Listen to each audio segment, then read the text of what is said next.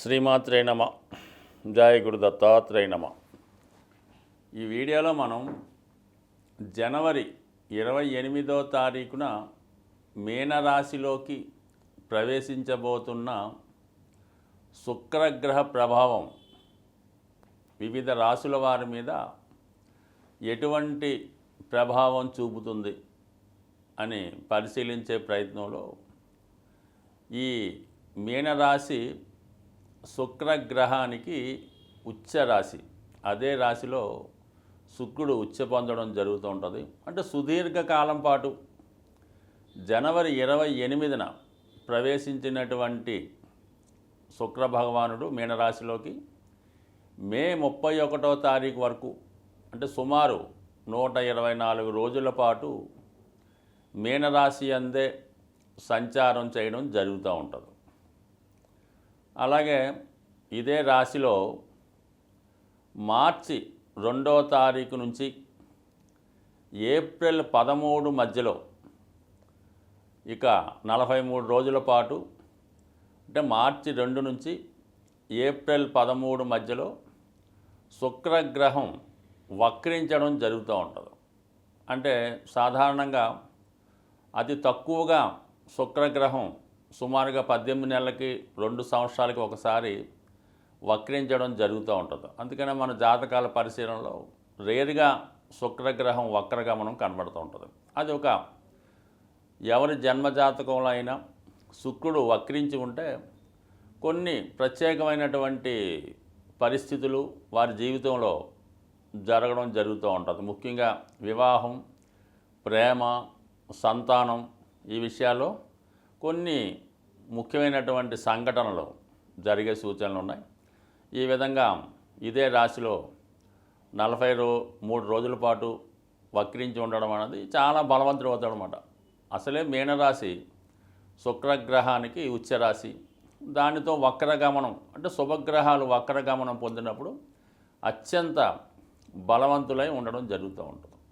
మిథున రాశి వారికి దశమ స్థానంలో ఏర్పడినటువంటి శుక్ర రాహుల కలయిక ఏ విధంగా ఉంటుంది అని పరిశీలించే విషయంలో శుక్రుడు మిథున రాశి వారికి యోగకారకుడు.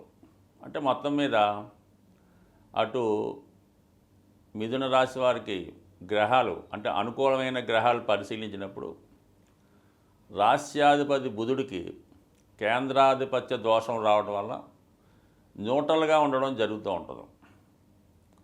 అలాగే శని పరిశీలించినప్పుడు భాగ్యాధిపతి అయినప్పటికీ కూడా అష్టమాధిపత్యం వల్ల ఇబ్బందులు, కష్టాలు తప్ప తర్వాత మంచి చేస్తూ ఉంటాడు. ముందు ఇబ్బంది పెట్టి తర్వాత మంచి చేస్తూ ఉంటాడు.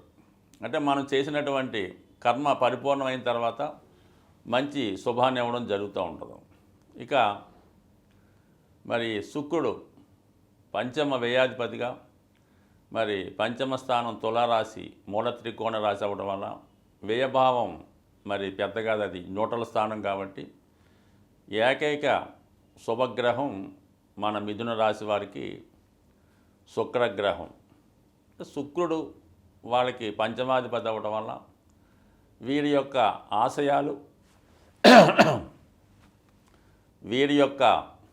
ఆశయాలు కోరికలు కూడా చాలా ఉన్నత స్థాయిలోనే ఉండడం జరుగుతూ ఉంటుంది.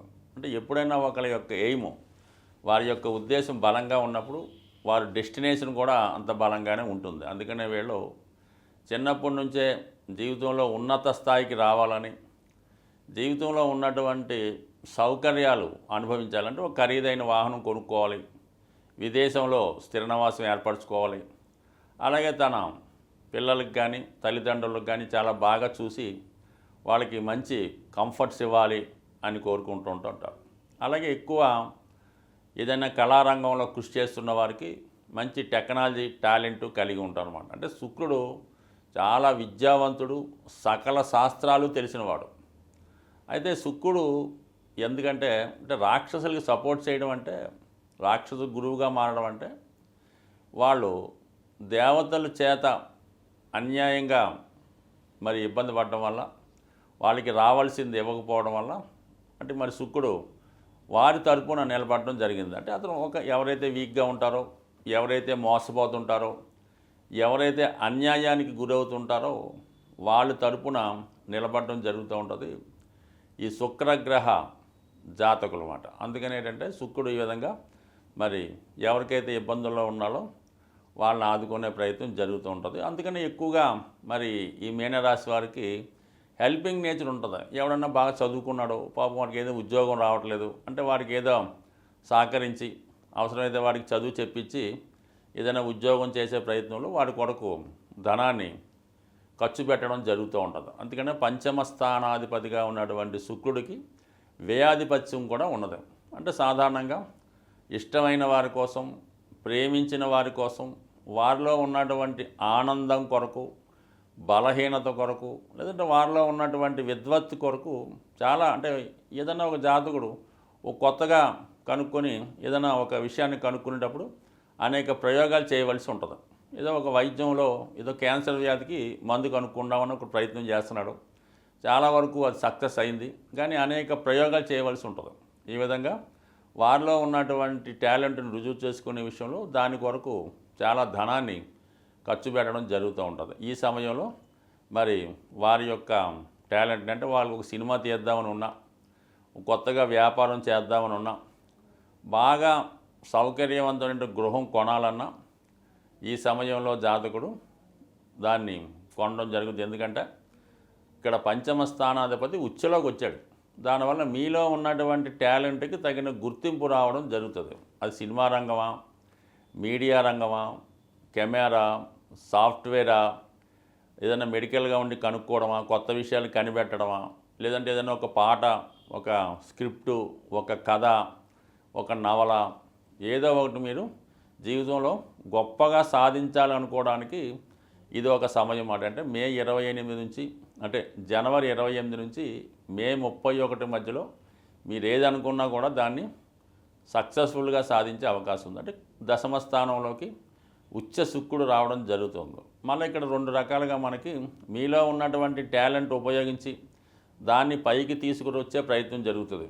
అది సినిమా తీయచ్చు, స్క్రిప్ట్ రాయొచ్చు. అలాగే మీ పిల్లల్ని, మీ సంతానాన్ని ఉన్నతంగా తీర్చిదిద్దాలనే ఉద్దేశంతో చాలా ఖరీదైనటువంటి స్కూల్లో జాయిన్ చేయడం కానీ, లేదా ఉన్నత విద్య కొరకు, వివాహం కొరకు చాలా హై స్టాండర్డ్గా వాళ్ళని లివింగ్ చేసే విధంగా పెళ్లి చేయడం కానీ, కాలేజీలో చేర్పించడం కానీ, ఒక మెడికల్ సీట్ ఇప్పించడం కానీ జరిగే అవకాశం ఉంది.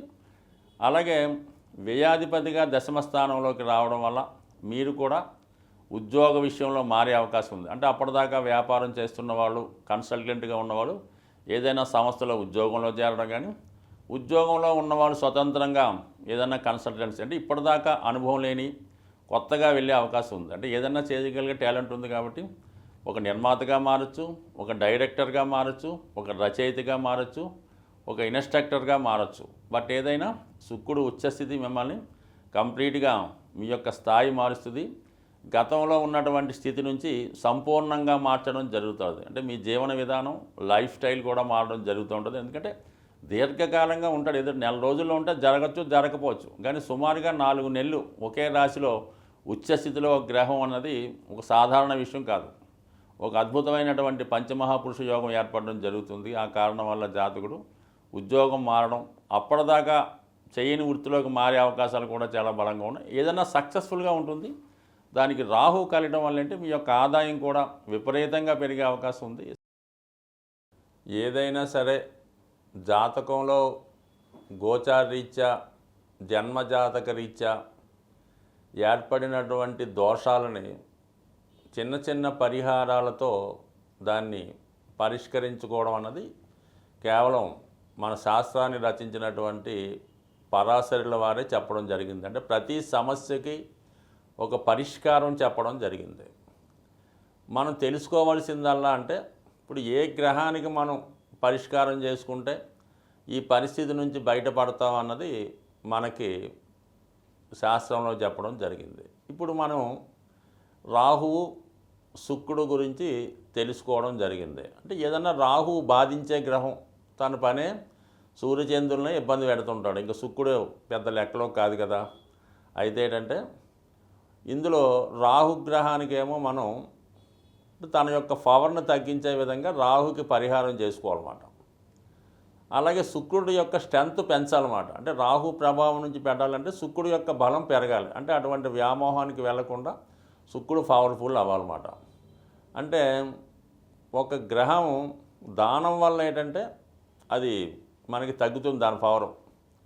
మనం స్తుతించడం వల్ల అంటే మనం అమ్మవారికి సహస్రనామాలు, వెంకటేశ్వర స్వామికి ఇవన్నీ సహస్రనామాలు, సుప్రభాతాలు ఇవన్నీ కూడా మనం పొగడ్తల ద్వారా అంటే అందులో ఉన్న చెప్పడం వల్ల అతనికి వాళ్ళ పవర్ అర్థమవుతూ ఉంటుంది అన్నమాట. అందువల్ల శుక్రగ్రహం మీరు డెవలప్ చేసుకోవాల్సి ఉంటుంది. అంటే శుక్రగ్రహాన్ని ప్రసన్నం చేసుకోవాలనుకున్న వాళ్ళు ముఖ్యంగా విష్ణు సహస్రనామం చదువుతూ అందులో ఉన్నటువంటి లక్ష్మీ స్తోత్రాన్ని, దాని తర్వాత కనకదార స్తోత్రాన్ని పారాయణ చేయవలసి ఉంటుంది. శ్రీ సూక్తం కూడా ఓకే. అంటే మీరు ఏదైనా అమ్మవారిది పఠించండి, కానీ విష్ణుమూర్తిని పఠించకుండా, స్తుతించకుండా, విష్ణు సహస్రనామం చదవకుండా, కనీసం గోవిందనామాలు చదవకుండా లక్ష్మీ అమ్మవారి యొక్క అనుగ్రహాన్ని మీరు ఎట్టి పరిస్థితుల్లో కూడా పొందలేరు.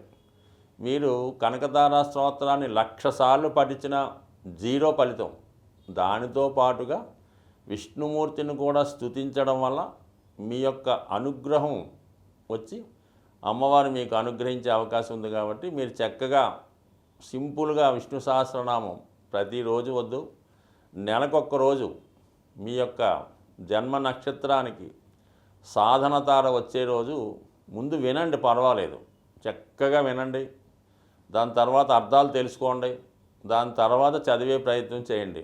నామమాత్రం చేత అనుగ్రహించే దైవం మరి పరమేశ్వరుడు.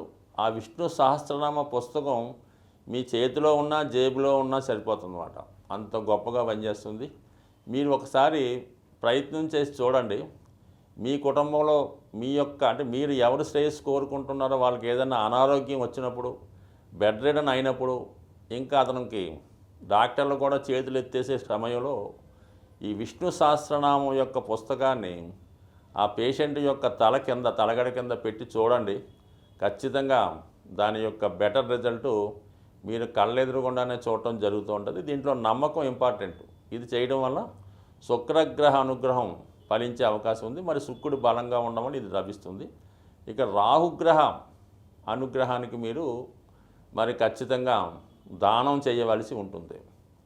దీనికి ముఖ్యంగా మినువులు దానం చేయడం వల్ల కానీ, ఇప్పుడు అంటే మనం దానం చేసినటువంటి దాన్ని ఇతరులు ఉపయోగించడం వల్ల ఆ దాన ఫలితం మీకు పొందడం జరుగుతూ ఉంటుంది.